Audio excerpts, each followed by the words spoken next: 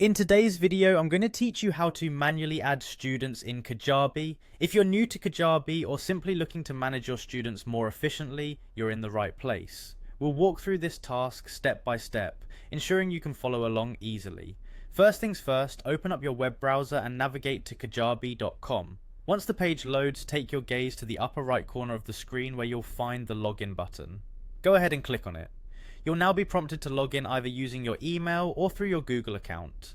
Choose the method that works best for you and enter your login credentials. This will take you to your Kajabi dashboard. Now that you're in, let's get started with adding students. Look for the Contacts tab, which should be visible on your dashboard. Clicking on this tab will bring you to the Contacts section of Kajabi. Once you're there, it's time to add a new contact. You'll see a button labeled Plus Add Contacts.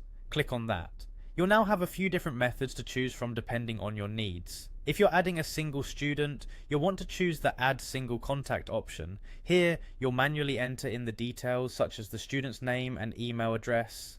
Double check the information for accuracy before hitting the Save button to safely store the student's details in your Kajabi account. If you're dealing with a larger number of students and have their information conveniently listed in a CSV file, Kajabi has you covered. Choose the Import CSV option to upload the file directly. Ensure that your CSV is formatted correctly according to Kajabi's guidelines before importing to avoid any errors. There's also a handy option for those working directly from a spreadsheet.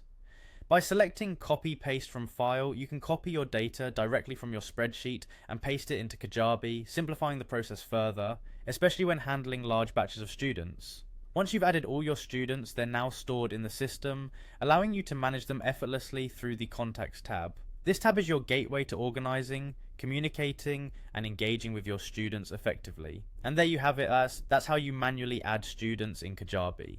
Remember, this process is designed to make managing your students as easy and efficient as possible.